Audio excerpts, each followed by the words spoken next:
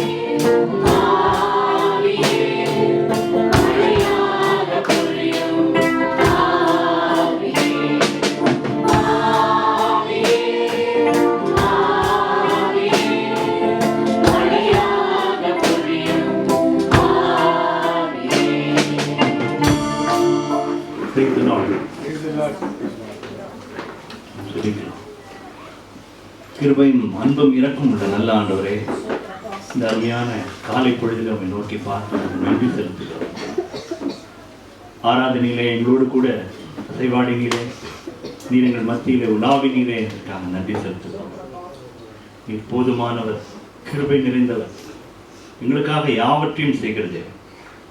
உமக்கே எல்லா மகிமையும் செலுத்துகிறோம் ஆண்டவரே. இப்பொழுதும் உம்முடைய வார்த்தையை கேட்க ஆசையாய் வந்திருக்கிறோம் ஆண்டவரே.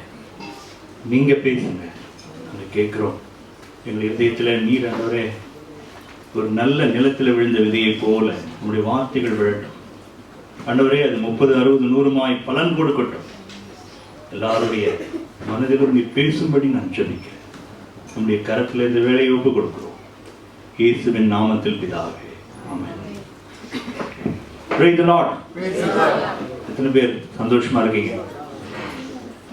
கைகளை தூக்கின ஒரு 3-4 பேருக்கு நன்றி.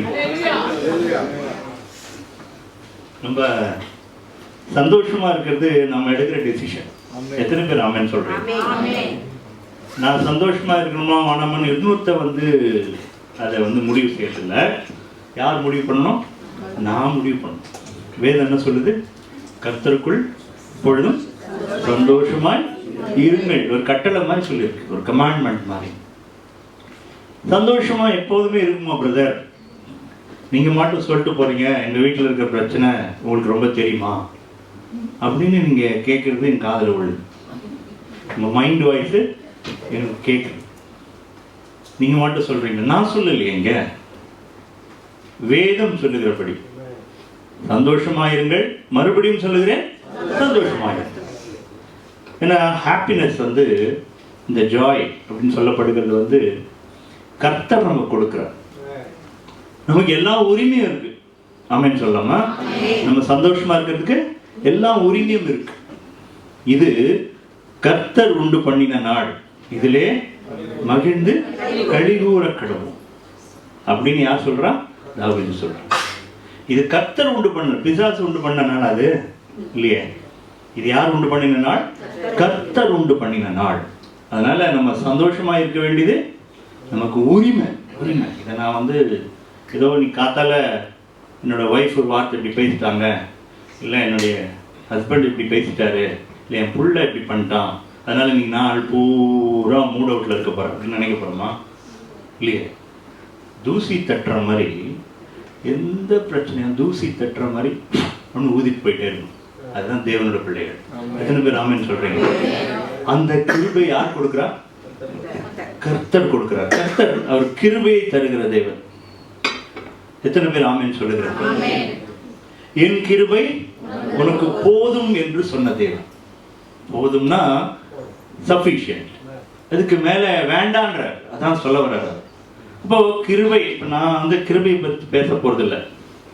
எனக்கு ரொம்ப நாளா இந்த சபையில இந்த விஷயத்தை பத்தி ஒரு பாரம், இந்த வார்த்தையை பத்தி பேசணும். நம்ம அப்படி என்னன்னா, நம்ம 2 ஏற்பாடுகள் இருக்கு. ஓல்ட் டெஸ்டமெண்ட்னு ஒன்று இருக்கு, நியூ டெஸ்டமெண்ட் இருக்கு. நாமெல்லாம் கிறிஸ்தவர்கள். எத்தனை பேர் ஆமென் சொல்றீங்க? அது ஏன் ஒரு டவுட்ஃபுல்லா இல்லை? சத்தமா சொல்லுங்களேன். இப்போ நாமெல்லாம் கிறிஸ்தவர்கள். எங்கேருந்து வந்திருந்தாலும் சரி, நான் எந்த மதத்திலேருந்து வந்திருந்தாலும் சரி, நாம ஆண்டவர் தேவ பிள்ளைகள். கிறிஸ்தவர்கள் கூட விட்டுருக்கோம், தேவ பிள்ளைகள். ஆனா 2 ஏற்பாடுகள் இருக்கு. எத்தனை பேருக்கு தெரியும்? பைபிள்ல பழைய ஏற்பாடு. இப்போ பழைய ஏற்பாடும் புதிய ஏற்பாடும் பத்தி நமக்கு ஓரளவுக்கு தெரிஞ்சிருக்கும். ஆனா அதோடைய உண்மையான சத்தியத்தை ஆழமா தெரிஞ்சுக்கணும்னு தேவன் விரும்புகிறார். கரெக்டா இல்லையா? பழைய ஏற்பாடு புதிய ஏற்பாட்டுக்கு நிழலாய் தரப்பட்டது. எப்படி? நிழல். நிழல் முக்கியமா, நிஜம் முக்கியமா? நிஜம்தான் முக்கியம். நிழல் கூடயே வரும். இது இல்லாம அது இருக்க முடியாது, அது இல்லாம நீங்க எடுத்துக்கொண்ட இந்த 66 புத்தகங்களை எல்லாத்துலயும் கிறிஸ்து இருக்கிறார். அது தெரியுமா உங்களுக்கு? எல்லா புஸ்தகத்திலையும் கிறிஸ்து மறைந்திருக்கிறார். இதை ஒதுக்கிட்டு சிலர்லாம் சொல்றாங்க, நீங்க மத்தேயு காஸ்பல் மட்டும் படிங்க, இதுல இருந்து 4 காஸ்பல் படிங்க, பழசெல்லாம் படிக்க தேவையில்லை இப்படிலாம் சொல்லுவாங்க. அப்படிலாம் கிடையாது. தேவன் எல்லா இடங்களும் பேசி வச்சிருக்கு. ஆனா ஒரு முக்கியமான விஷயம் நம்ம கத்துக்க வேண்டியது என்னன்னா, கிறிஸ்தவர்கள் ஆகிய நாம கடைபிடிக்க வேண்டியது அப்படின்னு என்ன போட்டிருக்கு? புதிய ஏற்பாடு. ஒரு வசனம் வாசிக்கலாம். இது வசனம் கூட கிடையாது. உங்களுடைய பைபிளில், ஐ திங்க் உங்கள் பைபிளும் என் பைபிள் மாதிரியே தான் இருக்குன்னு நினைக்கிறேன். புதிய ஏற்பாடு எடுத்துங்க. புதிய ஏற்பாட்டில் மத்தேயு 1:1க்கு முன்னாடி ஒரு வசனம் இருக்கு. அது வாசிங்க பார்க்கலாம். கண்டுபிடிங்க அந்த வசனத்தை. மத்தேயு 1:1க்கு முன்னாடி ஒரு வசனம் இருக்கு. நம்முடைய கர்த்தரும், பாத்தீங்க பார்க்கலாம். நம்முடைய கர்த்தரும் இரட்சகருமாகிய இயேசு கிறிஸ்துவின், அப்படிதான் ஆரம்பிக்கிறேன் இல்ல? அப்போ நமக்கு ஆண்டவர் ஒரு காரியத்தை இந்த ஏற்பாடு மூலமா நமக்கு சொல்லுகிறார். நம்ம ஆண்டவர் வந்து உடன்படிக்கையின் தேவன். எத்தனை பேர் சொல்றீங்க? அவர் உடன்படிக்கை பண்ணுவார். யார் கூட? நம்ம கூட உடன்படிக்கை, அக்ரிமெண்ட். நான் சொல்றதெல்லாம் நீ செஞ்சேன்னா நான் உனக்கு இதை செய்வேன். நீ இப்படிலாம் இருந்தா இப்படிலாம் இருக்கும். அது பழைய ஏற்பாட்டிலையும் இருக்கு, புதிய ஏற்பாட்டிலையும் இருக்கு. ஆனால் நம்ம வந்து ஒரு சின்ன ஒரு அனாலிசிஸ், சின்ன ஒரு செக் பண்ணி பார்க்க போறோம். யார? பக்கத்தில் இருக்கவங்களையா? நம்மளையே. இன்னைக்குமே நம்மளையே பார்க்க ஆரம்பிச்சோன்னா கண்டிப்பா நம்மளை நம்ம மாத்திக்கிட்டு ஆண்டவருக்குள்ள வளர்ந்துக்கிட்டே இருப்போம். மற்றவங்களை பார்க்க ஆரம்பிச்சிங்கன்னா ஒன்று டிஸ்கரேஜ்மெண்ட் வரும், பொறாமை, எரிச்சல், கோபம் எல்லாம் வரும். எப்போ வரும்? மற்றவங்கள பார்த்து கம்பேர் பண்ணிக்கிட்டே இருந்தா பிசாசு என்ன பண்ணுவாங்க? காதில் வந்து பாரு அப்படி இருக்கிறாங்க, இவங்க பாரு இப்படி இருக்கிறாங்க. சொல்ல மாட்டேனா? எனக்கு தேவையில்லை. யாராவது கொடுத்து எனக்கு ஒரு காரியம் வந்ததுன்னா ஒன்னே ஒன்று தான் செய்யறதுக்கு எனக்கு உரிமை உண்டு. அவங்கள விசாரிக்கணும், அவங்களுக்காக ஜெபம் பண்ணணும், முடிஞ்சா உதவி செய்யணும். இந்த 3 காரியத்தை தவிர வேற எதுவும் மற்றவங்களுடைய காரியங்கள் எனக்கு தேவை கிடையாது. கர்த்தர் ஒவ்வொருவரையும் பேர் சொல்லி அழைத்திருக்கிறார். வேணும் அப்படிதான் சொல்லுது. யார? நேம், 1 by 1 என்ன பண்ணியிருக்கார் ஆண்டவர்? நேம கூப்பிட்டு அழைத்திருக்கிறார். ஆமா, அழைத்திருக்கார் தானே. எவரை முன் அறிந்தவரோ அவர்களை அழைத்திருக்கிறார். நம்மளெல்லாம் அழைத்திருக்கு. இன்விடேஷன் போட்டு என்னுடைய மேரேஜுக்கு வாங்க அப்படின்னு யார் கூப்பிட்டுருக்கா? ஆண்டவர் கூப்பிட்டுருக்கா. நம்ம இன்வைட் பண்ணணும்னு வந்திருக்கோம்.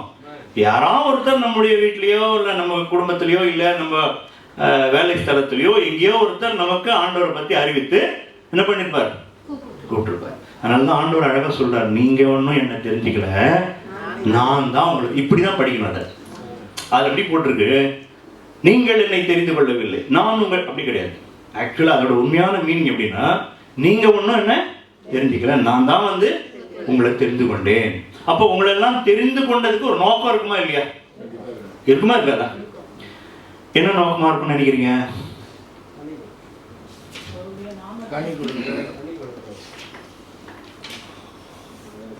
கனி கொடுக்கிறது ஓகே. நம்ம ஒண்ணு இழந்து போனோம். என்ன இழந்து போனோம்?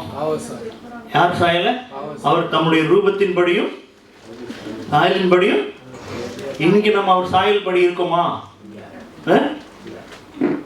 பாதி இருக்கும் பிரதர், பாதி இல்ல பிரதர். இப்போ நம்ம என்ன பண்ணிட்டோம்னா, இந்த நாட்கள்ல வந்து வார்த்தைகள், பிரசங்கங்கள் எங்கெல்லாம் நம்ம சபை மாத்திரமல்ல, நிறைய இடங்கள்ல நம்ம என்ன பண்றோம்? யூடியூப்ல கேட்குறோம், எங்கேயாவது கூட்டங்களுக்கு போனால் கர்த்தருடைய வார்த்தையை கேட்குறோம், நிறைய மெசேஜ் கேட்குறோம். ஆனால் அவங்க கொடுக்குற வாக்கு தத்தங்களாக இருக்கட்டும், ப்ராமிசஸாக இருக்கட்டும், ஏதாவது 2-1 தான். எல்லாம் எதை குறித்து இருக்குன்னா, மோஸ்ட்லி பார்த்துட்டேன் நான், நம்மளுடைய அவுட்வேர்ட். 2 விஷயம் நான் உங்களுக்கு டிஃப்ரென்ஸ் சொல்லிடுறேன், பழைய ஏற்பாட்டுக்கும் புதிய ஏற்பாட்டுக்கும். பழைய ஏற்பாடு வெளிப்புறமானது. சொல்லுங்க, வெளிப்புறமா இருக்கு. மேக்சிமம் பார்த்தீங்கன்னா எல்லாம் வெளிப்புறமா இருக்கும். புதிய ஏற்பாடு உள்புறம். இதை நீங்கள் மைண்டில் வச்சுட்டீங்கன்னா கன்ஃபியூஷனே வராது. உங்களை புகழ்ச்சியும் கீர்த்தியுமாய் வைப்பேன் சொன்ன சந்தோஷம் வருதா? உன்மேல் ஒருவனும் கை போடுவதில்லை. எது? பழைய ஏற்பாடு. ஆனால் ஆண்டவர் என்ன சொல்றாரு? உங்களை ஓநாய்களுக்குள்ள ஆட்டுக்குட்டி அனுப்புவது போல அனுப்புவேன். உங்களை கொலை செய்வார்கள். யார் சொல்றா? அதே தேவன் தான் இங்க என்ன சொல்றாரு? உங்களை கொலை செய்வார்கள், ஆலோசனை சங்கத்தில் அழைத்து கொண்டு போவார்கள், உங்களை விசாரிப்பார்கள், உங்களை துன்புறுத்துவார்கள், உங்களுக்கு உபத்திரம் தருவார்கள். இதெல்லாம் யார் சொன்னா? ஆனா பழைய ஏற்பாட்டில் நம்ம யோசுவா கிட்ட ஆண்டவர் என்ன சொல்றார்?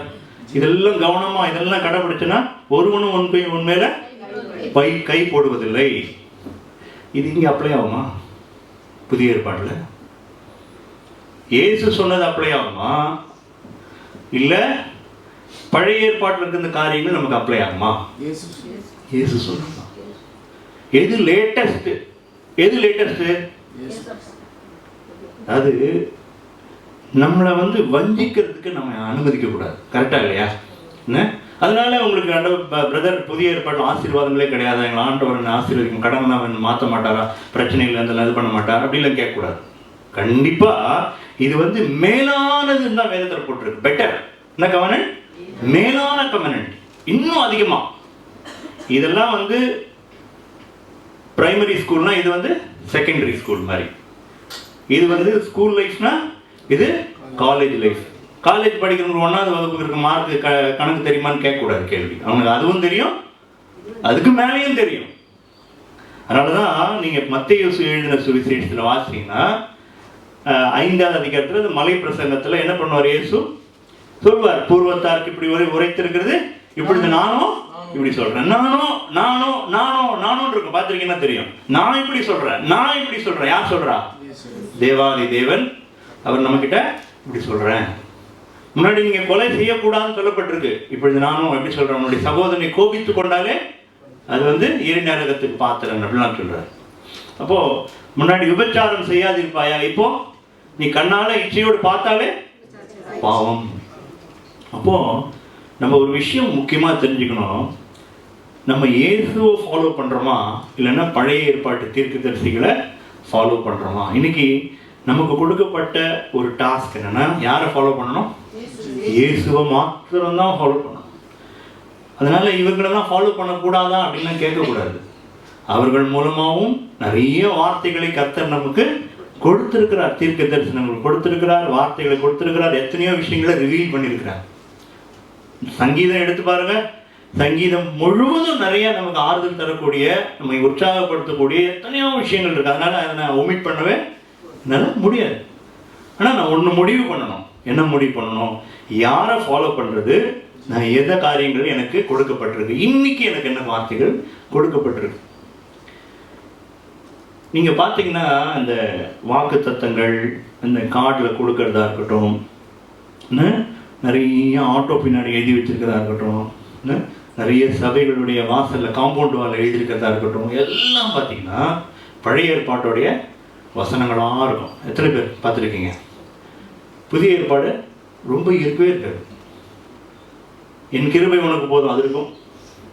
ஆனால் அந்த புகழ்ச்சியும் கீர்த்தியமாக வைக்கிறது, உன் அலங்கத்தில் சமாதானம், அரண்மனைக்குள்ள சுகம் எல்லாம் இருப்பதாக, இதெல்லாம் இருக்கும். இதில் எந்த தப்பும் கிடையாது. ஆனால் நம்ம மைண்டெல்லாம் எப்படி போயிடுது? நமக்கு அப்படியே ஆசீர்வதிக்கிற, தடவை கொடுக்குற, உன் மேலே எவனும் கை போடுவதில்லை அப்படி சொல்லி, இப்போ ஒருவனும் கை போடுவதில்லைன்னு சொல்லி இதே நான் ஜெபித்துட்டே இருந்தா, இப்போ இயேசு சொல்றாரு நீங்கள் உபதிரவப்படுவீங்கன்றாரு, கொலை செய்வார்கள்ன்றாரு. இப்போ இதெல்லாம் பொய்யாடுமே. இன்னைக்கு இந்த முக்கியமான காரியம் என்ன? வெளிப்புறமானது உள்புறமானது. நான் ஒரு சில காரியங்களை பொய்க்கா ஒரு 5 விஷயத்தை நான் எடுத்திருக்கேன். அதில் நம்ம தியானிக்க போகிறோம். பழைய ஏற்பாடு சொல்லுவது என்ன? நாம் எதில் இருக்கோம், நம்ம எதில் வாழ்ந்து கொண்டிருக்கோம், எதில் இப்போ இருக்கணும் அப்படிங்கிறத நம்ம என்ன பண்ணலாம்? ஒரு முடிவு எடுக்கலாம். முதலாவது காரியமாக ஆசீர்வாதங்கள் அப்படின்னு பார்த்தோன்னா, பழைய ஏற்பாட்டில் ஃபுல்லாக என்ன ஆசீர்வாதங்கள்? பூமிக்குரிய ஆசீர்வாதங்கள். பூமிக்குரிய ஆசீர்வாதம். ஆதியாகமம் 12:2 வாசிங்க. நான் உன்னை பெரிய ஜாதியாக்கி உன்னை ஆசீர்வதித்து உன் பெயரை பெருமைப்படுத்துவேன், நீ ஆசீர்வாதமாய் இருப்பாய். சரி, இதுல எந்த தப்பும் இல்லை. இதை புதிய ஏற்பாட்டுடைய காரியங்களோடு நம்ம கனெக்ட் பண்ணி கூட இதனுடைய அர்த்தத்தை கண்டுபிடிக்கலாம். என்ன, இப்போ லாசரு அப்படின்னு ஒருத்தன் பிச்சைக்காரனா இருந்தான். இயேசு சொல்ற அந்த ஊமையை. இன்னொருத்தன் அவனுடைய ஒரு பணக்கார ஐஸ்வர்யவான் இருந்தான். அவன் என்ன பண்ணான்? தினந்தோறும் சம்பரமாய் வாழ்ந்து கொண்டிருந்தான். இவன் இவனுடைய பருக்களை நாய் நக்கி கொண்டிருந்தது. அதை கூட இவன் கவனிக்காம தினந்தோறும் அவனுக்கு புது ட்ரெஸ்ஸு, ரோல்ஸ் ராய்ஸ் காரு, இப்படிதான் வாழ்க்கை இருந்தது. அவனை கண்டுக்கவே இல்லை அப்படின்னு வேதத்துல போட்டிருக்கு. இவனை கொண்டு போய் தூதர்கள் ஆபிரகாம் மடியில போட்டாங்களாம். இவரை கொண்டு போய் எங்க போட்டாங்களா? இப்போ சின்ன ஒரு டிஃபரன்ஸ் பாருங்க. இவன் பிச்சைக்காரன், எங்க போனான்? இவன் பயங்கர பணக்காரன், இவன் எங்க போனான்? இப்போ நான் உங்களை ஒரு கேள்வி கேட்கிறேன். இந்த சிச்சுவேஷனை இப்போ நீங்க கற்பனை பண்ணி பாருங்க. ரோட்ல ஒரு பிச்சைக்காரன் மொய்க்கத்தக்கதாக கொஞ்சமும் ஆகாரம் இல்லாமல் உடம்பெல்லாம் அடிபட்டு இப்படி கடந்தா மைண்டு உடனே நம்ம மனசு என்ன சொல்லும்? என்ன சாபமோ என்ன பிரச்சனையோ சொல்லுமா சொல்லாதா?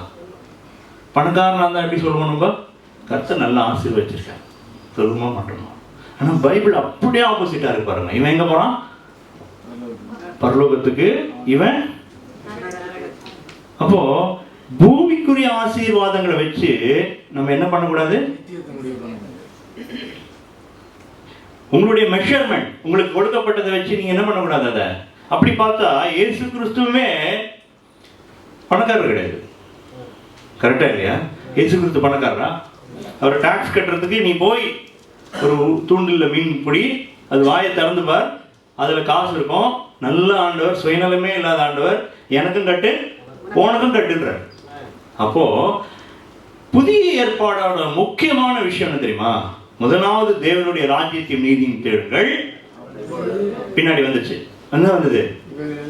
இவைகள் எல்லாம், இவைகள் கரெக்டா சொல்லுங்க, இவைகள் எல்லாம், what ever you need, want இல்ல, யுவர் நீட், உன் தேவைகள் யாவும் எப்ப சந்திக்கப்படும்? எப்ப சந்திக்கப்படும்? அப்போ நான் எந்த ஆசீர்வாதத்தை போய் பார்க்க கூடாது? இப்போ இந்த புதிய ஏற்பாட்டோட வார்த்தைகளை தான் நான் பார்க்கணும். மத்தேயு 6:33 ஒரு தடவை வாசிச்சிருங்க. முதலாவது தேவனுடைய ராஜ்யத்தையும் அவருடைய நீதியும் தேடுங்கள், அப்பொழுது இவைகள் எல்லாம் உங்களுக்கு கூட கொடுக்கப்படும். கூட கொடுக்கப்படும். It will be added. Bible இங்கிலீஷ்ல படிச்சீங்கன்னா என்ன வரும்? It will be added unto you ன்னு இருக்கும். Added. உங்களுக்கு இதுவும் கிடைக்கும். மீனிங் என்ன தெரியுமா? இதுவும் தேவனுடைய ராஜ்யமும் கிடைக்கும். இப்போ ஆண்டவர் புதிய ஏற்பாட்டில் நமக்கு சொல்லிக் கொடுக்குறதுன்னா பிரதானமானது தேவனுடைய ராஜ்யம், நீதி. ஒரு இடத்துல ஆண்டவர் சொல்லுவார், பயப்படாதே சிறுமந்தையே, உனக்கு ராஜ்யத்தை கொடுக்க விரும்புகிறார். கிங்டம் ஆஃப் காடையே தேவன் நமக்கு கொடுக்க விரும்பு. யாரும் அதை பார்த்து மதிக்கிறதே இல்லை. அந்த ராஜ்யம் அது எங்கேயோ இருக்குது, நமக்கு அதுக்கு நான் சம்மந்தம். எனக்கு இன்னைக்கு செலவுக்கு காசு இருக்குதா? அப்படிதான் நினைக்கிறோம். இன்னைக்கு செலவுக்கு காசு இருக்குதா? இன்னைக்கு தேவை எனக்கு சந்திக்கப்படுதா? எதையோ சொல்றாங்க பிரதர், என்னென்னோ பேசுறாங்க பிரதர். ஆனால் என் பிரச்சனை அவங்களுக்கு தெரியுமா? நான் ஃபீஸ் கட்டணும், நான் கடன் அடைக்கணும், நான் ரெண்ட் கொடுக்கணும், எனக்கு வீடு இல்லை, பிள்ளைக்கு சீட்டு கிடைக்கணும். இதை பற்றி பேசாமல் ராஜ்யங்கிறீங்க, அதுங்கிறீங்க, இதுங்கிறீங்க. கரெக்டு தானே நீங்கள் சொல்கிறது? நான் முதலே சொன்னேன், பழைய ஏற்பாடு பிரைமரி எஜுகேஷனா இது. அப்போ இதுவும் உண்டு, அதுவும் எல்லாம் கூட கொடுக்கப்படும். என்னைக்கு நீங்க இதை விசுவாசிக்கிறீங்களோ அன்னைக்கு உங்களுக்கு காரியம் ஸ்டார்ட் ஆகிடும். ஆமென் சொல்லுங்க பார்க்கலாம். விசுவாசம் தான் உங்களுடைய கீயே. என்னது? விசுவாசம் தான் கீயே.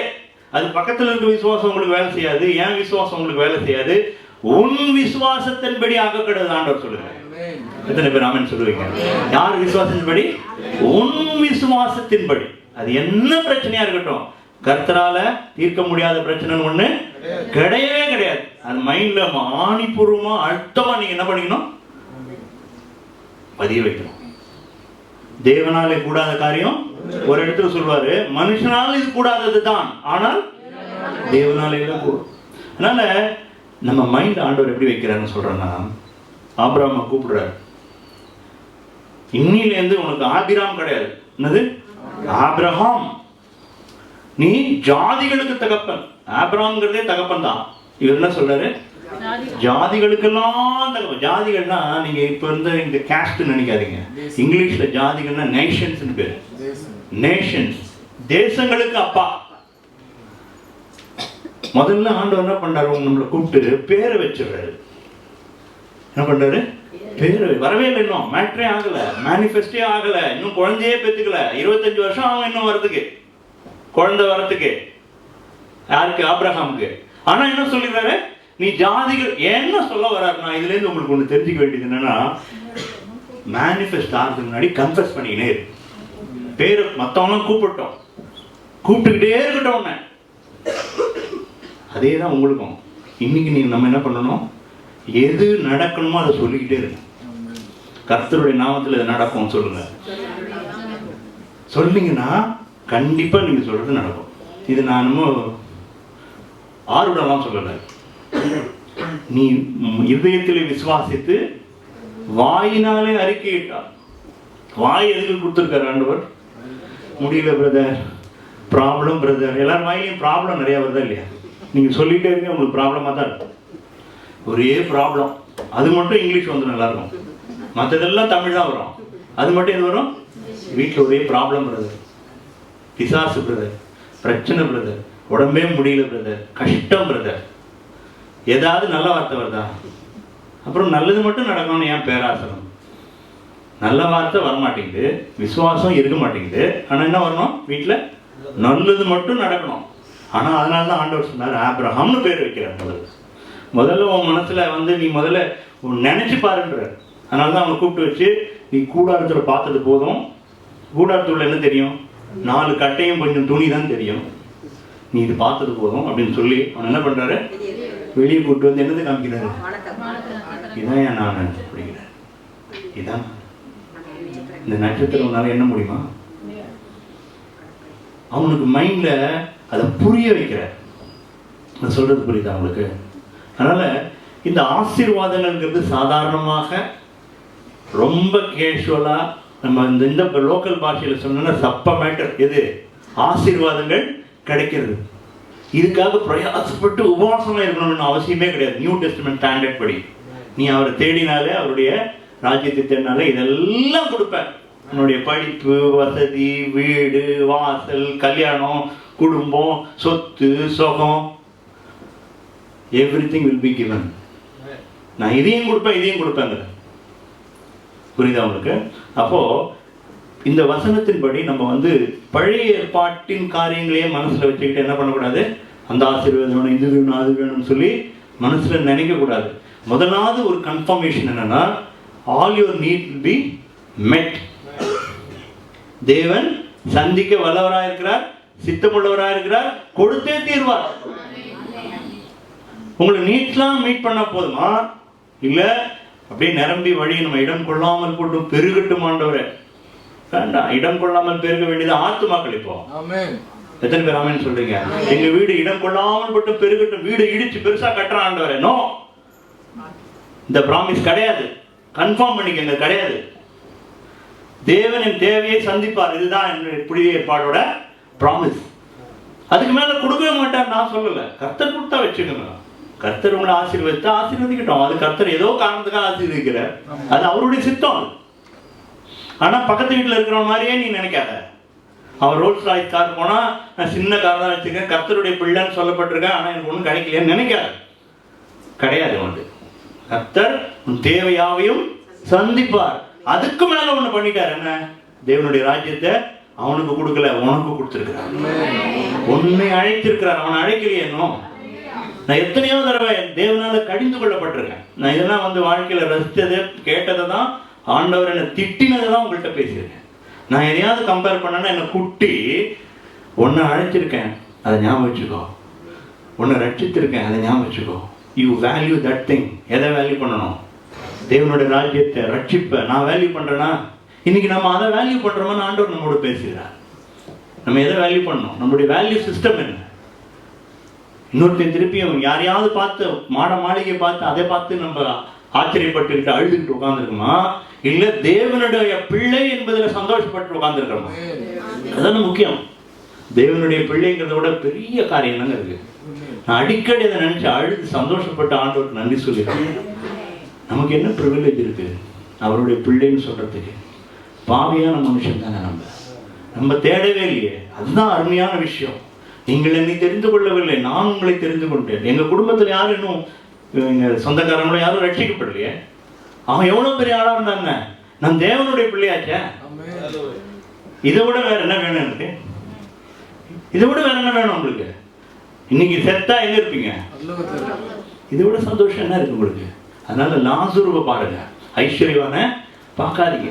அதே 100 வசனம் அதிலேயே வாசிக்கிறேன். எபேசியர் 1:3 வாசிக்க பார்க்கலாம்.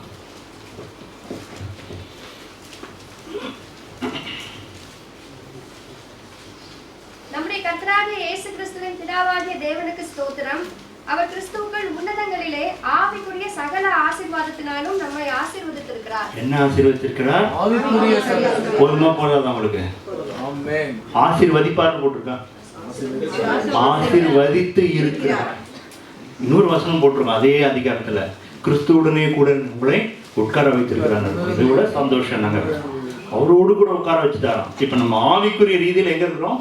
கிறிஸ்துவோட கூட இருக்கிறோம். நீங்க திருப்பியும் போய் என் மேல யாரும் கைப்பட மாட்டாங்க, என் எலும்புகள் முறிக்கப்படுவதில் இதெல்லாம் நினைச்சுன்னு இருக்காதீங்க. இவ்வளவு ஊழியங்கள் பண்ணி கடைசியில இந்த மாதிரி கஷ்டமான ஒரு வியாதியில தான் நம்ம ஐயா சாது ஐயாவும் இறந்து போனார். எனக்கு அப்படி நிம்மதியான உறக்கத்தில் தான் எனக்கு வந்து டெத்து வரணும் நினைங்க. சந்தோஷம் தான், அதில் ஒன்றும் தப்புலாம் கிடையாது. எனக்கு இப்படி தான் இருக்கணும் அப்படி தான் இருக்கணும்னு நினைக்கலாம். எத்தனையோ பரிசுத்தவான்கள் ஆக்சிடென்ட்ல செத்து போயிருக்காங்க. எத்தனையோ பரிசுத்தவான்கள் வியாதியில் செத்து போயிருக்கிறாங்க. கர்த்தர் டெத்துக்கு ஏதோ ஒரு காரணம் வராங்க. எனக்கு பீஸ்ஃபுல்லான டெத்து தான் வேணும், கர்த்தர் கொடுத்தா எடுத்துக்க, யாரும் வேணாம் இல்லை. பீஸ்ஃபுல்லான டெத்து நான் தூங்கும் போதே அப்படியே போயிடணும் நினைக்கிறோமா இல்லையா?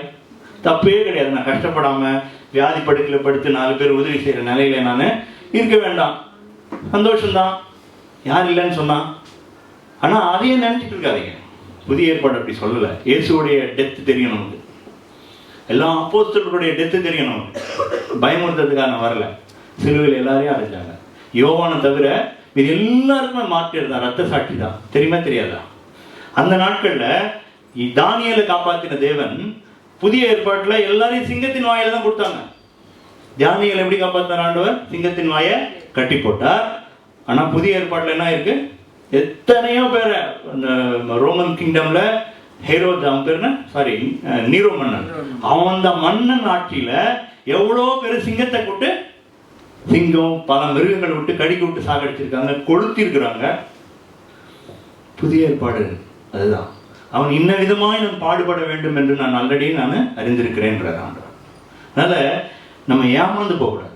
எப்படி ஏமாந்து போகக்கூடாது? நம்ம கொண்டு வந்து இன்னர் பீஸ், சமாதானத்தை தேவன் கொடுத்துருக்கிறார். எங்கள் வீட்டில் சண்டையே வரக்கூடாது, எங்கள் வீட்டில் எவனுமே எடுத்து பேசக்கூடாது, பக்கத்தில் இருக்க நீ இப்போ சமாதானமான இடத்துல இருப்ப, உங்கள்கிட்ட எவனும் பிரச்சனைக்கே வரமாட்டான், உங்கள் ஆஃபீஸில் எவனும் உங்கள் பக்கத்துலேயே வரமாட்டான், நீங்கள் எப்போதுமே நிம்மதியாகவே இருப்பீங்க. இப்படின்னு எங்கேயாவது ஒரு ப்ராமிஸ் இருந்தால் காமிங்க. நியூ டெஸ்ட்மெண்ட்டில் உபத்திரம் இருக்குன்னுவார், கொலை செய்வான்னுவார், என்ன உங்களை வந்து பழியாய் பேசுவார்கள், தீமையான மொழிகளால் பேசுவார்கள். எதுக்கு இதெல்லாம் சொல்லிட்டா தெரியுமா? ஒன்று சொல்லியிருப்பாரு, இதெல்லாம் எதுக்கு நான் உங்கள்கிட்ட சொல்கிறேன்னா உங்களுக்கு சமாதானம் உண்டாயிருக்கும் பொருட்டு.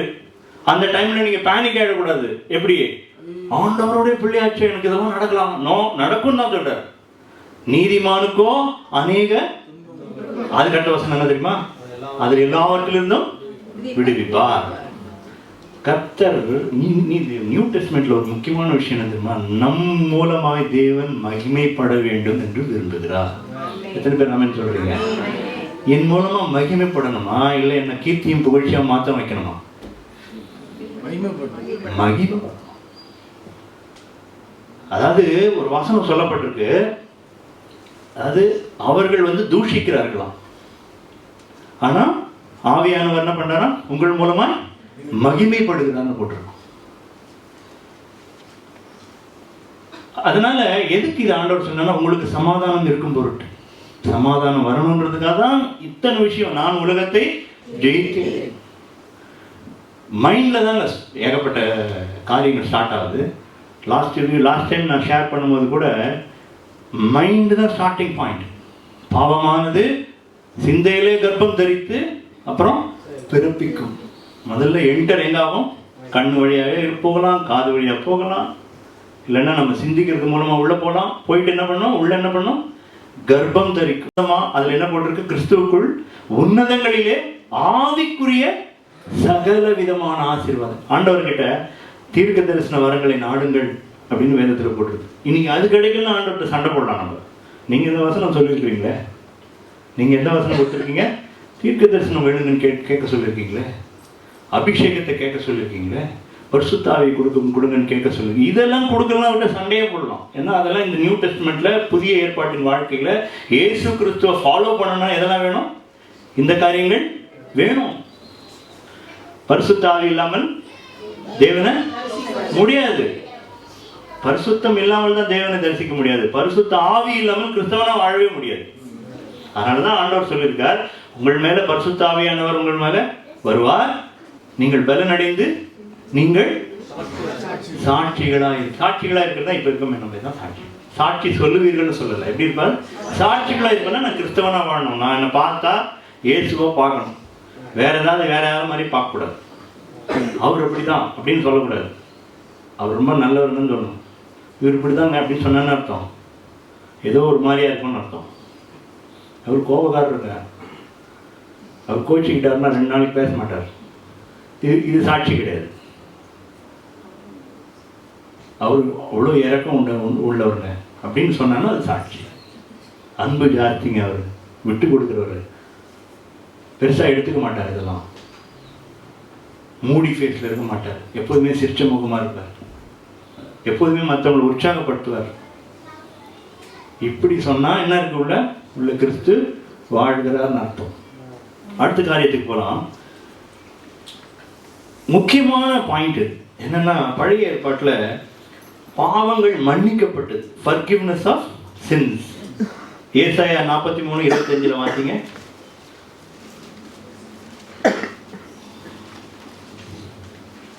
நானே உன் மீறுதல்களை என் நிமித்தமாகவே குலைத்து போடுகிறேன், உன் பாவங்களை நினையாமலும் இருப்பேன். இப்போ கொஞ்சம் அட்வான்ஸ். நான் தான் சொன்னேன் இல்லையா, பழைய ஏற்பாட்டுக்கும் புதிய ஏற்பாட்டுக்கும் இன்னும் கொஞ்சம் ஜாஸ்தி, இன்னும் கூட தான். என்ன? இயேசுவான ஒரு வார்த்தை சொல்லப்பட்டிருக்கு. மத்தேயு எழுதின சுவிசேஷம் 1:21 வாசிங்க. அவள் ஒரு குமாரனை பெறுவாள், அவருக்கு இயேசு என்று பெயரிடுவாயாக, ஏனெனில் அவர் தமது ஜனங்களின் பாவங்களை நீக்கி அவர்களை ரட்சிப்பார். என்ன பண்ணுவார் அவர்? தமது அவருடைய தமது ஜனங்களின் பாவங்களை நீக்கி. யார் அவருடைய ஜனங்கள்? நாம். என்ன பண்ணுவார்? பாவங்களை மன்னிக்கிறாரா, நீக்கிறாரா? பாவங்களை மன்னிக்கிறது பெருசா, நீக்கிறது பெருசா? இதே புதிய ஏற்பாட்டுல நம் அறிக்கையிட்டால் நம் பாவங்களை எல்லாம் மன்னித்து நம்மை சுத்திகரிக்க, இதுல என்ன சுத்திகரிக்கிறதா இருக்கும்? புதிய ஏற்பாட்டுல என்ன இருக்கும்? சுத்திகரிக்கிறதா இருக்கும். சகல பாவங்களை நீக்கி நம்மை சுத்திகரிக்கிறார், பாவங்களை நீக்கி ரட்சிக்கிறார். இன்னைக்கு பாவங்களை நீக்கி ரட்சிப்பது தான் முக்கியமான விஷயம். எது உங்களுக்கு முக்கியம்? வெறுமனை மன்னிச்சா போதுமா? இன்னும் ஒரு எக்ஸாம்பிள் சொன்னா, இப்போ நீங்க தான் உங்க அப்பா பிள்ளைய கூட்டிட்டு போறாரு ரோட்ல, ஒரு பெரிய பள்ளம் ஒன்று, பெரிய பள்ளத்துல என்ன ஆயிடுச்சு? குழந்தை சொல்றாரு, காஷன் கொடுக்குறாரு, பார்த்து போடா, பக்கத்துல போகாத, விழுந்துருவ அப்படின்னு சொல்றாரு. அவன் விளையாட்டுல என்ன பண்ணிட்டான்? அந்த பெரிய பள்ளத்துல விழுந்துட்டான். விழுந்துட்டவன்னா அவன் சொல்றான், அப்பா சாரிப்பான்னு சொல்றான். ஐ ஃபர்கிவ் யூ அப்படின்னு சொல்லிட்டு கிளம்பி போயிட்டா எப்படி இருக்கும்? என்னது? நான் உன்னை மன்னிச்சிட்டப்பா, நீ குழியிலேயே இல்லை. உங்களுக்கே சிரிப்பா வருதா இல்லையா? இதுதான் பழைய ஏற்பாடு. இதுதான் பழைய. புதிய ஏற்பாடு என்னது? இறங்கி தூக்கி மேல நிறுத்தி, அதோடு நிறுத்த மாட்டார். உள்ள விழுந்தவன மண்ணெல்லாம் பட்டிருக்கும்ல, அதை கழுவு. இதுதான் புதிய. எத்தனை நல்லா ஆண்டவர். இதைதான் நமக்கு கொடுக்க விரும்புகிறார். இதை தான் மாற்றணும். என்னெல்லாம் பாவம்? அடுத்ததுக்கு வருவோம். கொஞ்சம் ஸ்பீடா போலாம். பழைய ஏற்பாட்டில் எனிமீஸ் அப்படின்னு பார்த்தா யாரெல்லாம் எனிமி? எல்லாம் வேணாம்னு சொன்ன, உள்ளே வெளியே இருக்கவன் தான் எனிமீஸ். உன்னுடைய சத்துருக்கள்லாம் யாரு? கேனனைட்ஸு, மீதியானவர்கள், அவன் இவன், கோலியாத்து, என்ன எல்லாரையும் போட்டு தள்ளுறது. யார் உங்களோட விரோதிகளை? பல்லுக்கு பல், கண்ணுக்கு கண். உன்னை கொலை செஞ்சா நீ அவனை கொலை செய்யலாம், உன்னை வெட்டினான்னா அவனை நீ வெட்டலாம். கர்த்தர் ஒன்றும் சொல்ல மாட்டார். இப்போ என்ன சொல்லுவார்? போய் வெட்ட முடியுமா? அப்போ நமக்கு எனிமீஸ் இன்னைக்கு வெளியே கிடையாது. மாம்சத்தோடும் ரத்தத்தோடும் நமக்கு போராட்டம் இல்லை.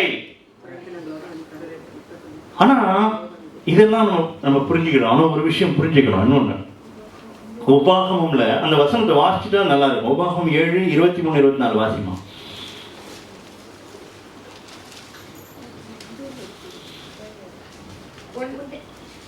தேவனாகிய கர்த்தர் அவர்களை உன்னிடத்தில் ஒப்பு கொடுத்து அவர்கள் அழிய மட்டும் அவர்களை மிகவும் கலங்கடிப்பார். அவர்களுடைய ராஜாக்களை உன் கையில் ஒப்பு கொடுப்பார். அவர்கள் பேர் வானத்தின் கீழ் இராதபடிக்கு அவர்களை சங்கரிக்க கடவாய். போதும் போதும் போதும். இப்போ இதை கொண்டு வந்து இப்போ நம்ம உட்காந்து கிளைம் பண்ணா என்ன நடக்கும்? ஆண்டவரே சிரிப்பா இருக்கும்.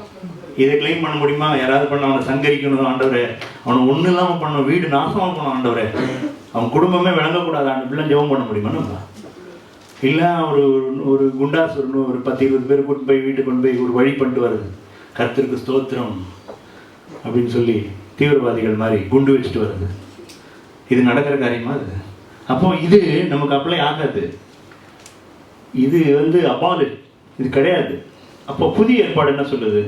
வாங்க, புதிய ஏற்பாடுல பவுல் என்ன சொல்றாருன்னு பார்ப்போம். எபேசியர் 4:31.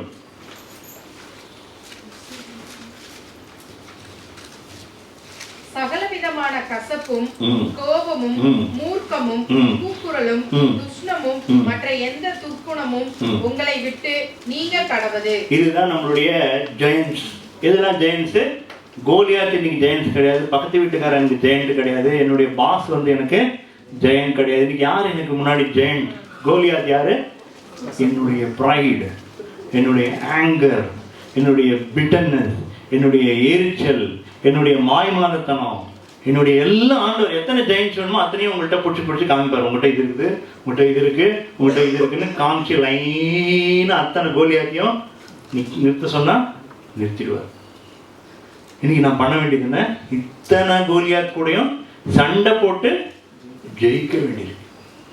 இத்தனை கோலியாத் கண்டிப்பா நான் சொன்ன லிஸ்ட்ல ஏதாவது ஒன்னாவது நமக்கு எல்லாருக்கிட்டையும் இருக்கதான் செய்யும். அதாவது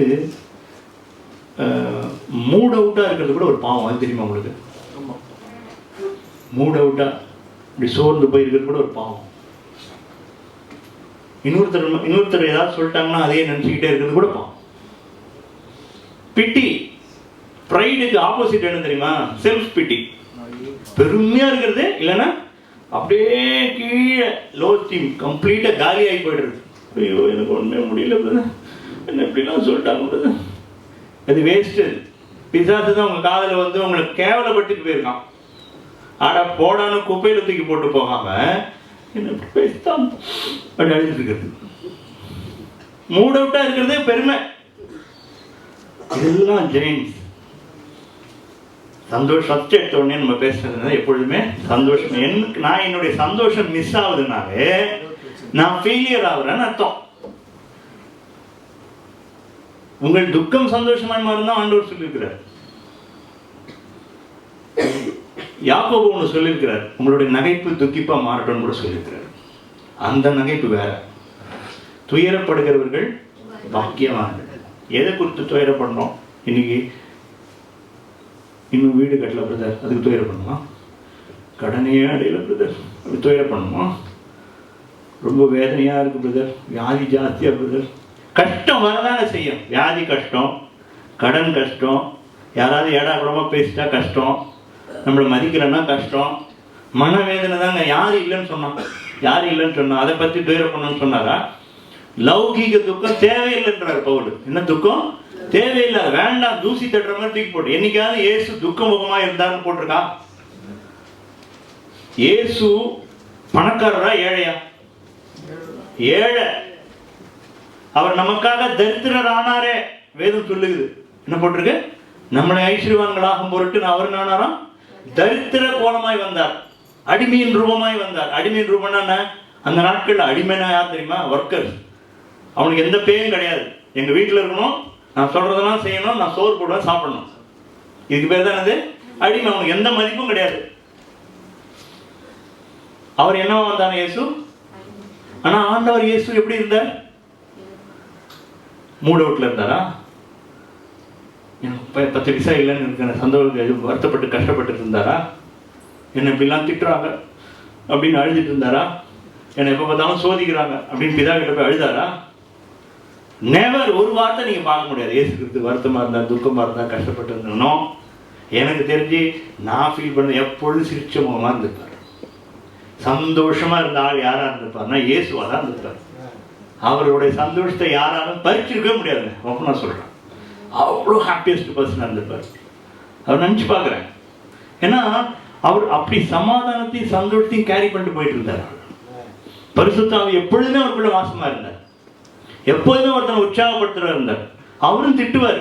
இன்னைக்கும் இயேசு நம்மளை திட்டுவார். ஏன்னா நீங்க திட்டுறதை பார்த்துருப்பீங்க. எங்க விசுவாசம் எங்க போச்சு? அற்ப விசுவாசியே, உங்களுக்கு அறிவு இல்லையா? நீங்க அவ்வளவு தூரம் மதியினரா? இது கூட உங்களுக்கு புரியலையா? செம்ம திட்டு வாங்கியிருக்காங்க. திட்டுவாரு. எதுக்கு திட்டுவாரு? நம்மளை உற்சாகப்படுத்துறதுக்காக, நம்மளை திருப்பி கட்டி நிறுத்தத்துக்காக. இன்னைக்கு நம்மளை பார்த்து அதே இயேசு தான் நம்ம கூட இருக்காங்க. அதே இயேசு நேற்றும் இன்றும் என்றும் மாறாத அதே இயேசு தான் யார் கூட இருக்கிறார்? உங்க கூட இருக்கிறார், என் கூட இருக்கிறார். எம்மாவூர் சீஷர்களுக்கு அவன் கண்களால் பார்க்க முடியல, இயேசு கூடவே தான் வந்தார். கரெக்டா இல்லையா? இன்னைக்கும் நம்ம கூடயே தான் வர, நம்ம கண்ணுக்கு தெரியல. இன்னைக்கு இந்த மூட விட்டு இந்த காரியங்கள்லாம் கிடையாது. நம்ம வாட்சம் ஒரு வசனம், நமக்கு எனிமீஸ்லாம் யாரும்? எனிமீஸ்லாம் இனிமே பக்கத்து வீட்டுக்காரன், எதிர் வீட்டுக்காரன், எங்க கம்பெனியில் இருக்கிறவன், ஆபீஸ்ல வேலை செய்யறவன் எவனும் கிடையாது. அரசியல்வாதியும் கிடையாது. கரெக்டா இல்லையா? எந்த அரசியல்வாதியும் கிடையாது, முதலமைச்சரும் கிடையாது, பிரதம மந்திரியும் கிடையாது. யாரை பத்தியும் யார்ட்டையும் பேசி தெரியாதீங்க, தேவையே இல்லை. நான் இப்படி பேசும்போது தான் ஆண்டவர் ஒரு தடவை என்கிட்ட பேசினார். அப்புறம் அவங்களை குறித்து ஜெபம் பண்றேன் அப்படின்னு கேட்டார். நான் யாரையோ பத்தி குறை சொல்லிட்டே இருந்தேன். ஆவியானவர் என் கூட பேசுறாரு. என்ன பேசுறாரு? அவங்கள பத்தி கற்பனையா நீ இப்போ உன்னுடைய பிரைவேட் ப்ரேயர்ல பண்றீங்க, ஆனா ஏன் இங்க வந்து குறை சொல்லிட்டு தெரியல? அப்போ அந்த குறை சொல்லிட்டு தெரிகிற ஒரு ஆவி எனக்குள்ள வேலை செய்யுது. அது ஒரு பெரிய ஜெயிண்ட். என் குடும்பத்தை பத்தியே குறை சொல்லிட்டு தெரியுது. எனக்கு ஒரு நண்பர் ஒருத்தர் உண்டு. அவர் போன உடனே எடுத்த உடனே அவருடைய பிரச்சனை தான் சொல்லுவார். நீங்க எப்படி இருக்கீங்கன்னு கேட்க மாட்டாரு. எடுத்த உடனே நேற்று இந்த மாதிரி ஆகி போச்சுன்னு. ஆனால் ஆண்டவரோட பிள்ளை அந்நிய பாஷையெல்லாம் வேற பேசுவார். அப்படியே பயங்கரமா நிறைஞ்சு பேசுவார். ஆனா என்ன பண்ணுவாரு? அவரோட குறையதான் சொல்லுவார். நீங்க குறை கூறிட்டு தெரிஞ்சீங்கன்னா உங்களுக்குள்ள அந்த ஒரு பெரிய ஜெயிண்ட் வேலை செய்யுதுன்னா, இந்த கோலியாத் உங்கள்கிட்ட வேலை செய்யுதுன்னு அர்த்தம். உங்களை மூட் அவுட்டாவே வச்சுக்குது. மூட் அவுட்டாவே வச்சுக்கிட்டா யார் ஜெயிச்சா? பிசாசு ஜெயிச்சானா இல்லை நீங்க ஜெயிச்சிங்களா? பிசாசு ஜெயிச்சான். கவலை உங்களை வந்து மூட ட்ரை பண்ணும். நாளைக்கு என்ன பண்ண போறியோ, அடுத்த வாரம் என்ன பண்ண போறியோ. நான் எத்தனையோ பேரை சொல்லியிருக்கேன். நான் பிஸ்னஸில் இருக்கேன். எவ்ரி மந்த் ஃபர்ஸ்ட் வீக் எனக்கு 7 லட்ச ரூபா வேணும். எங்கேருந்து வரணும்னு எனக்கு தெரியாது, ஆனால் எங்கேருந்தோ வருதுங்க. கர்த்தருக்கு ஸ்தோத்திரம். கஷ்டங்கள் மத்தியில தான் போயிருக்கோம். எப்படி பண்றாருன்னே தெரியாது. எப்படி பண்றாருன்னே தெரியாது. தேவன் அவ்வளவு நல்லவர். ஒன்றும் இல்லை, விசுவாசத்தில் அறிக்கைட்டுக்கிட்டே இருப்பேன். நீங்க நல்லவர் ஆண்டவர், நீங்க தாங்கன்னு கூட கேட்க மாட்டேன். அதெல்லாம் ஓல்டு ப்ரேயர். நீங்க தந்ததுக்காக நன்றி ஆண்டவர், இதுதான் என்னோட நியூ ப்ரேயர். ஏன்னா அவ்வளோ கான்ஃபிடென்ஸ் அவர் மேல. யார் மேல? தேவன் மேல. அவ்வளோ வாக்கு தத்தம் பண்ணியிருக்கிறாரு. அதெல்லாம் விட்டுட்டு அழுதுகிட்டு நான் இன்னைக்கு உட்கார்றேன்னா அப்புறம் நான் என்ன ரட்சிக்கப்பட்டவன், என்ன ஆண்டவரோட பிள்ளைன்னு எனக்கு பெருமை வேற. நான் தேவனுடைய பிள்ளையா இருந்தா நான் எவ்வளோ கம்பீரமா இருக்கணும், எவ்வளோ தைரியமா இருக்கணும். நான் என்னுடைய தைரியத்தை மற்றவங்களுக்கு டிரான்ஸ்ஃபர் பண்ணமே தவிர, நான் சொன்ன பிரதர் மாதிரி போய் கவலைப்பட்டு நான் வரவனையும் மூட் அவுட் பண்ணக்கூடாது. அவனையும் ஒரு மாதிரி ஆக்கி குழப்பி எப்போதுமே சரி நான் இன்னைக்கோ ஒரு நாள் சொல்றேன், நான் பேசிக்கிட்டே இருக்கேன், நீங்க எப்படி இருக்கீங்க பிரதர், நல்லா இப்படிலாம் கேட்டு சரி உங்களுக்கு அந்த இது சொன்னீங்களா என்ன ஆச்சுன்னா, அப்போ சொன்னா ரைட்டு, இந்த மாதிரி பிரச்சனை அப்படின்னு சொன்னா ரைட்டு. வரும்போதே பிரச்சனையோடய வருது, பிரச்சனையே தீராது. நீங்க அதை கொண்டாடுறீங்க. எதை கொண்டாடுறீங்க? பிரச்சனையை கொண்டாடுறீங்க. பிரச்சனையை கொண்டாடுறதுனால என்ன ஆகுது? தீர மாட்டேங்குது உங்களுக்கு. பிரச்சனையை கொண்டாடாதீங்க, பிரச்சனையை குப்பையில போடுங்க, தேவனை கொண்டாடுங்க. தேவனை தான், அதுதான் மகிமை. அவரை உயர்த்திக்கிட்டே இருக்கணும். புதிய ஏற்பாட்டோட சத்தியம் என்ன தெரியுமா? அவர் தேவன் என்று அறிந்தும் தேவனை மகிமைப்படுத்தணும்னு வேதம் சொல்லியிருக்கு. மகிமைப்படுத்தாமல் இருந்தவர்களுடைய இருதயங்கள் எல்லாம் இருளடைந்ததுன்னு போட்டிருக்கு. என் தேவன் உயர்ந்தவர்னா நான் என்ன பண்ணோம்? நான் மகிமைப்படுத்திக்கிட்டே இருக்கிறோம். பவுலும் சீலாவும் போய் ஓரமாக உட்காந்து அழுவல, உங்களுக்காக தான் ஆண்டவரை ஊழியம் செஞ்சோம், நாங்கள் பிசாசு தானே துரத்தணும், எங்களை கொண்டு வந்து ஜெயிலில் போட்டீங்களா இப்படின்னு சண்டை போடல. தேவனை துதித்தார்களா நடு இரவுல. அவளை அடி அடின்னு அடிச்சு ரத்தம் வருது, காலில் விலங்கு போட்டிருக்காங்க. நீங்க நினைச்சு பாருங்க இந்த நிலைமைய. ஜெயிலில் கொண்டு போய் அடைச்சாச்சு. அவங்க என்ன பண்ணிருக்காங்க? என்ன பண்ணாங்க? துதித்தார்கள், ஜெபித்தார்கள். என் தேவன் நல்லவர் என்பதை அறிந்தவர்கள் அவர்கள். நீங்க அதான் அடுத்த நாள் தான் வேதம் சொல்லியிருக்கு, தேவன் நல்லவர் என்று நீங்க ருசித்து பாருங்க. அவர் நல்லவர்ன்றத யாரோ சொல்லி தெரியக்கூடாது, உங்களுக்கே தெரியணும். அது என் தேவன் நல்லவர், அவர் என் நிலைமையிலேருந்து என்னை மாற்ற வல்லவர், என்னை அப்படியே வச்சிருக்க மாட்டார். அவங்க துதித்தாங்க, ஜெபித்தாங்க. என்ன நடந்தது அப்புறம் உங்களுக்கே தெரியும், விடுதலை தான். இன்னைக்கு சீக்ரெட் என்ன தெரியுமா? புதிய ஏற்பாட்டோட சீக்ரெட். பழைய ஏற்பாட்டிலேயே அதை சொல்லியாச்சு. யோசபாத்து பார்க்குறோம், அவன் வந்து வார் ஃப்ரண்ட்ல ஆராதனை பண்றான். அது காமெடியா இல்லை? சுத்தி ராஜாக்கள்லாம் முற்றுகை போடுறாங்க. இவன் என்ன பண்றான்? அவனோட கோயரை கூட்டு போயிட்டு ஆராதனை பண்றான். எரிகோ சுத்தி நீங்க ஆர்ப்பரிங்க, துதிங்கன்னு சொல்றாரு ஆண்டவர். என்ன ஆகுது? எரிகோ கோட்டை இடிந்து விழு. இதுதாங்க சீக்கிரட்டு. இன்னைக்கு சீக்கிரட்டு நீங்க போய் அழுது மற்றவங்ககிட்ட போய் புலம்புறது, மூட் அவுட்டா இருக்கிறது. நோ, என்ன சொல்லணும்? ஆண்டவரை உங்களுடைய தனிப்பட்ட ஜெபத்தில் துதிங்க. வேற ஒன்றும் நீங்கள் இந்த விஷயத்தை சொல்ல கூட வேண்டாம். ஆண்டவரே நீங்கள் நல்லவங்க, போதுமானவர், நீங்கள் கிருபை நிறைந்தவர், என்னுடைய காரியங்கள்லாம் நீங்கள் அறிந்திருக்கீங்க, உமக்கே மகிமை ஆண்டவரே. கஷ்டத்துலையும் சொல்லுங்க, கர்த்தர் உங்களை விடுவிப்பார். அடுத்த விஷயம் போகலாம். நான் ரெண்டு பாயிண்ட் மட்டும் சொல்லி முடிச்சிடறேன். ஃபோர்த்து, பழைய ஏற்பாடு வந்து எல்லாமே லாஸ் அண்ட் ரெகுலேஷன். என்னது? Rules and regulation. ரூல்ஸ், இதை செஞ்சால் இது கிடைக்கும், நல்லது செஞ்சால் ரிவார்ட் கிடைக்கும், செய்யலைன்னா பனிஷ்மெண்ட் கிடைக்கும். ரிவார்ட்ஸ் அண்ட் பனிஷ்மெண்ட், இதுதான் பழைய ஏற்பாடு முழுவதும். புதிய ஏற்பாட்டில் என்ன போட்டிருக்கு? அன்பு, லைஃப் கிவிங். 1 கொரிந்தியர் 15:45 வாசிங்க.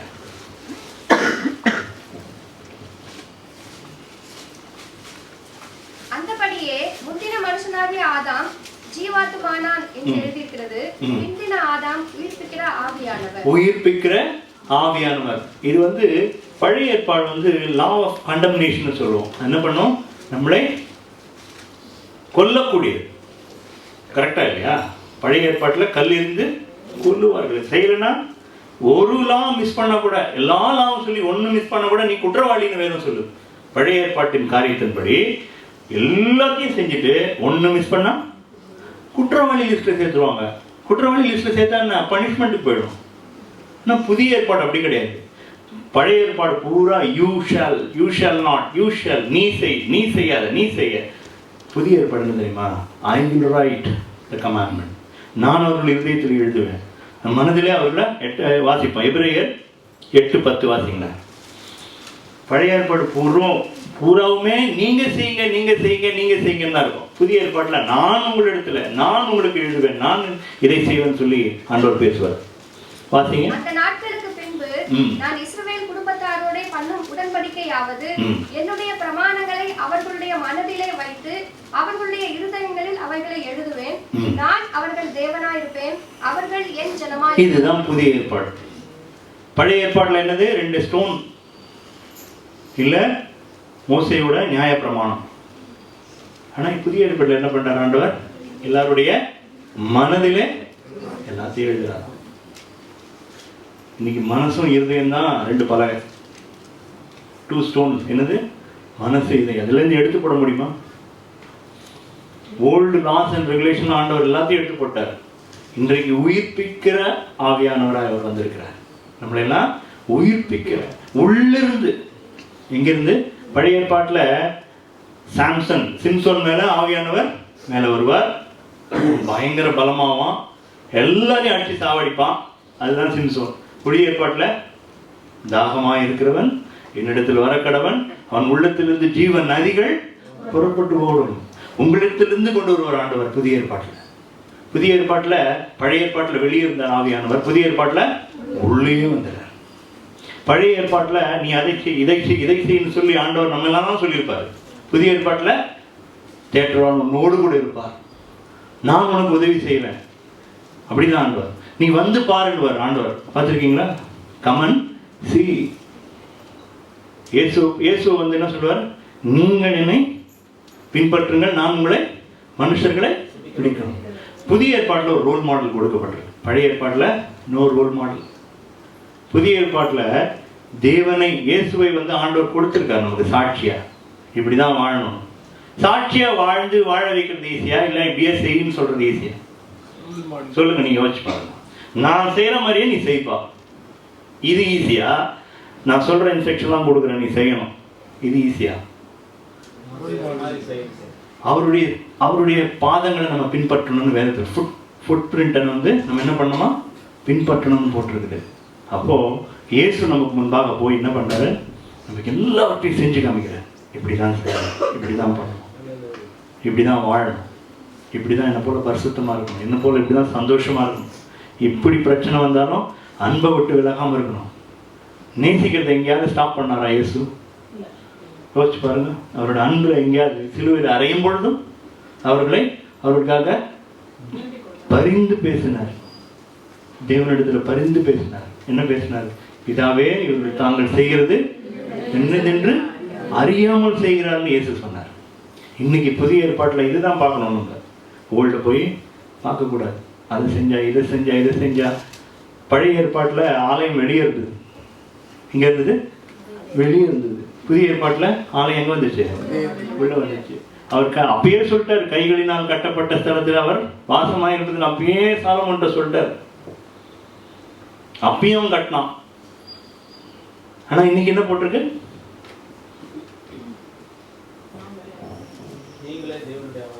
நீங்களே தேவனுடைய ஆலயம். 1 கொரிந்தியர் 3:16 வாசிங்க. நீங்கள் தேவனுடைய ஆலயமா இருக்கிறீர்கள் என்றும் தேவனுடைய ஆவி உங்களில் வாசமா இருக்கிறார் என்றும் அறியாதிருக்கிறீர்களா? இப்போ உங்களோட ஆலயம்னு சொல்லிட்டா அந்த ஆலயத்தை எப்படி வச்சுக்கணும்? கொஞ்சம் யோசிச்சு பாருங்க. உங்கள் இதயத்தில் இருக்கிற சிந்தனைகள் எப்படி இருக்கு? டெய்லி யோசிக்கணும். என்ன பேசுறீங்க, என்ன வார்த்தையை உபயோகப்படுத்துறீங்க, என்ன தேவனுக்கு பிடிக்காத காரியங்கள் உங்களுக்குள்ளே இருக்கான்னு யோசிச்சு பாருங்க. தினந்தோறும் ஆண்டவர் நம்ம கூட நடக்கணும்னு விரும்புகிறோமா இல்லையா? அவர் கூட இருக்கணும், ஆண்டவரே என் கூட இருங்கன்னு சொல்கிறோமா இல்லையா? எத்தனை ரூமை நீங்கள் திறந்து கொடுத்துருக்கீங்க? ஒரு பர்டிகுலர் ஏதோ ஒரு ரூமு அதை மூடி வச்சுட்டு இதுக்குள்ளே வராதிங்க, இது என்னுடைய ப்ரைவேட் ரூம், இது எல்லா ரூம்லேயும் நீங்கள் வரலாம் அப்படி சொல்கிறோமா? வருவார் ஆண்டவர்? உங்கள் வீடு பூரா வரணும்னு ஆண்டவர் விரும்புகிறார். நிறைய பேர் எழுதியிருக்காங்க, Christ is head of our house போட்டிருப்பாங்களா இல்லையா? போர்டு பார்த்துருப்பீங்களா? அப்போ உங்கள் வீட்டில் கிறிஸ்து இருக்கணும், ஏசு இருக்கணும்னா அந்த வீடு எப்படி இருக்கணும்? கொஞ்சம் யோசிச்சு பாருங்கள். ஏசு தங்கக்கூடிய ஸ்தலமாக உங்களுடைய நான் உங்கள் மத்தியிலே உலாவி நான் உங்கள் தேவனாக இருப்பேன். வேதம் சொல்லுது. என்னது?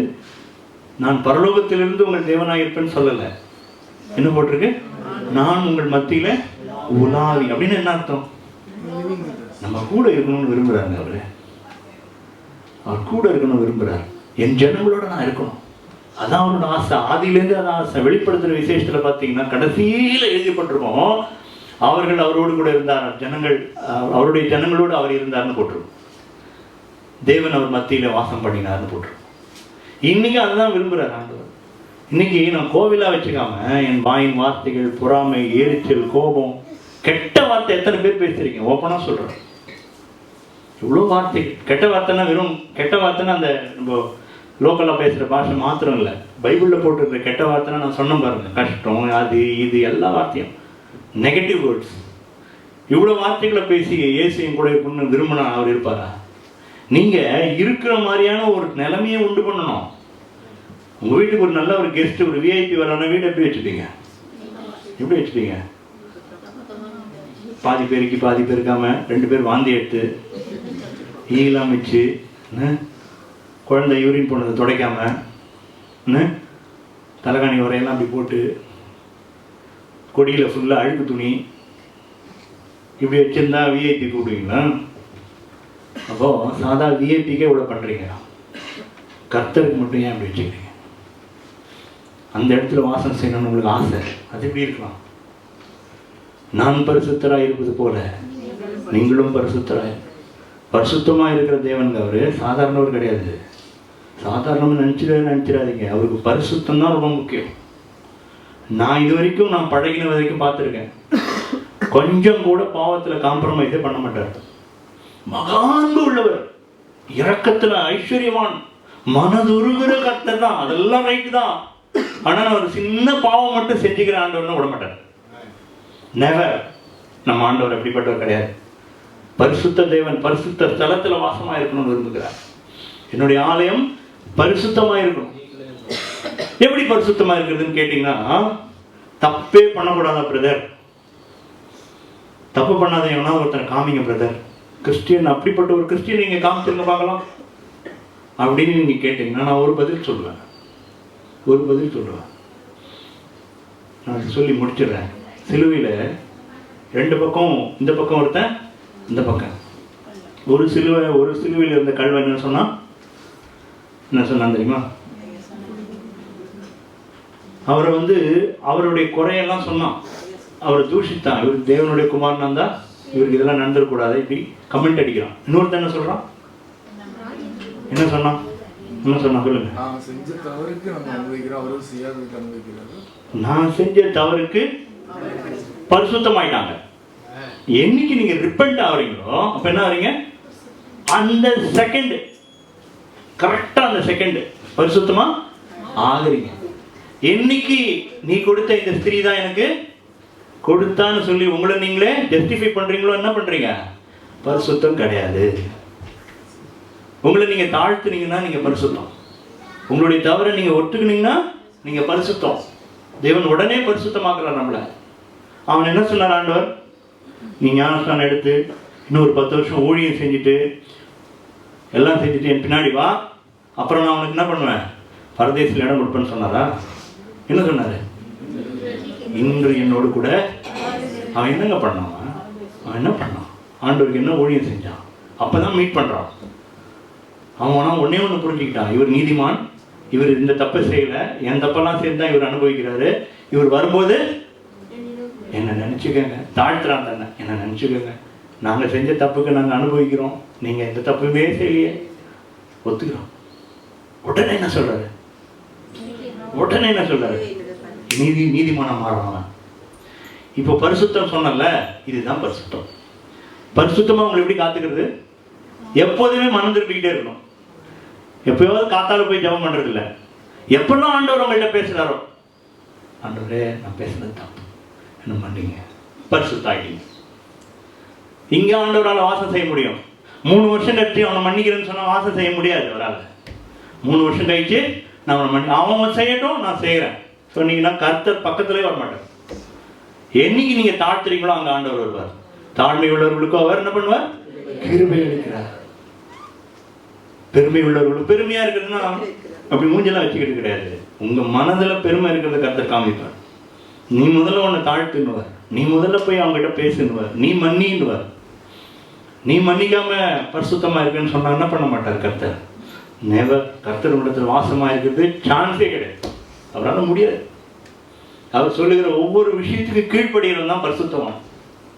பரிசுத்தவான்னா வெறும்னு கிடையாது. என்னென்ன விஷயத்தெல்லாம் ஆண்டவர் நம்மோடு கூட பேசுகிறாரோ எல்லாத்துக்கும் என்ன பண்ணணும்? கீழ்ப்படிஞ்சே ஆகணும். கீழ்ப்படுகிற ஒவ்வொரு காரியத்திலும் கர்த்தர் நம்மை ஆசீர்வதிக்கிறார். கடைசியாக ஒரு விஷயம் சொல்லி முடிக்கிறேன். வார்த்தை, வேர்ட் இஸ் அவர் லைட். கடைசி நம்ம சங்கீதத்தில் வாசிக்கிறோம், அவருடைய வசனமே கால்களுக்கு தீபம், பாதைக்கு வெளிச்சமாக இருக்குது. ஆனால் புதிய ஏற்பாட்டில் சொல்லப்பட்டிருக்கு ரொம்ப அருமையா. ஜான் 1:4 வாசிங்க. அவனுக்குள் ஜீவன் இருந்தது, அந்த ஜீவன் மனுஷருக்கு ஒளியா இருந்தது. என்னவா இருந்ததா? அவருடைய ஜீவனே ஒளியா இருந்தது. அவர் ஒரு எக்ஸாம்பிள் லைட்டா வைக்கிறார். அவர் லைஃப் இஸ் அவர் லைட். யாரோட லைஃப்? ஜீசஸோட லைஃப் என்னுடைய லைட். அவர் தான் இப்போ இன்னைக்கு பிரகாசிக்கிறார். எப்படி? அவருடைய லைஃப் மூலமா, அவருடைய ஜீவன் நமக்கு லைட்டா இருந்ததுன்னு போட்டு. இன்னைக்கு கர்த்தர் கால்களுக்கு தீபம், பாதைக்கு வெளிச்சம், அதையும் நம்ம சொல்லி இருக்க முடியாது. இன்னைக்கு இயேசுதான் லைட். நான் உலகத்திற்கு வெளிச்சமாக.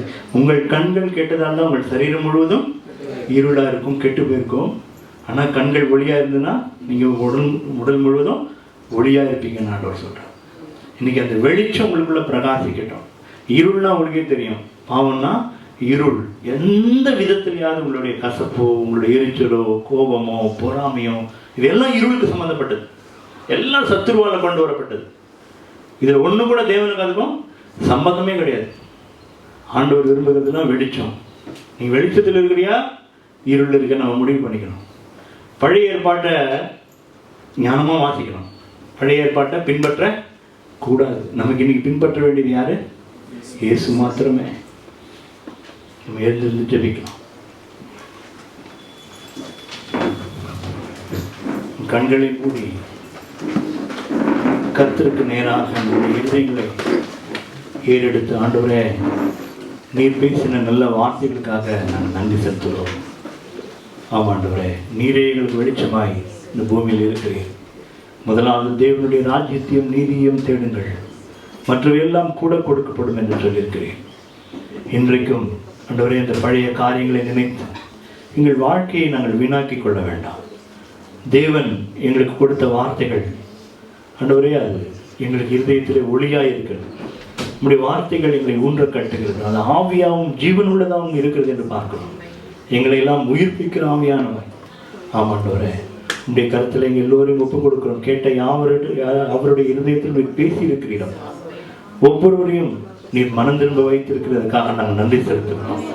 தங்கள் இருதயத்தில் தீர்மானம் எடுத்தவர்கள் ஆண்டவரே, இந்த வார்த்தைகள் எங்கள் வாழ்க்கையில் அப்படியே நடக்கட்டும் என்று தீர்மானம் எடுத்தவர்கள், உண்மை நாங்கள் கீழ்ப்படிவோம், உம்முடைய வார்த்தைக்கு நாங்கள் செவி கொடுப்போம், உண்மையே நாங்கள் பின்பற்றுவோம், நீர் போன இடத்திற்கு நாங்களும் வருவோம் என்று சொல்லி தங்கள் இருதயத்திலே தீர்மானம் எடுத்தவர்களை நீர் ஆசீர்வதியும், பலப்படுத்துவீராக. எல்லா சத்துருவின் கிரியைகளையும் நிர்மூலமாக்கி போட மாட்டோம். பிசாசின் கிரியைகளை அழிக்க வெளிப்பட்டீர் என்று வேதத்தில் பார்க்கிறோம். எங்கள் இருதயங்களில் எந்த இருளும் இல்லாதபடி நாங்கள் வெளிச்சத்திலே நடக்க எங்களுக்கு உதவி செய்வீராக. உம்முடைய நாமம் மகிமைப்படட்டும். இயேசு கிறிஸ்துவின் நாமத்தில் ஜெபிக்கிறோம், ஜீவனுள்ள நல்ல பிதாவே, ஆமென்.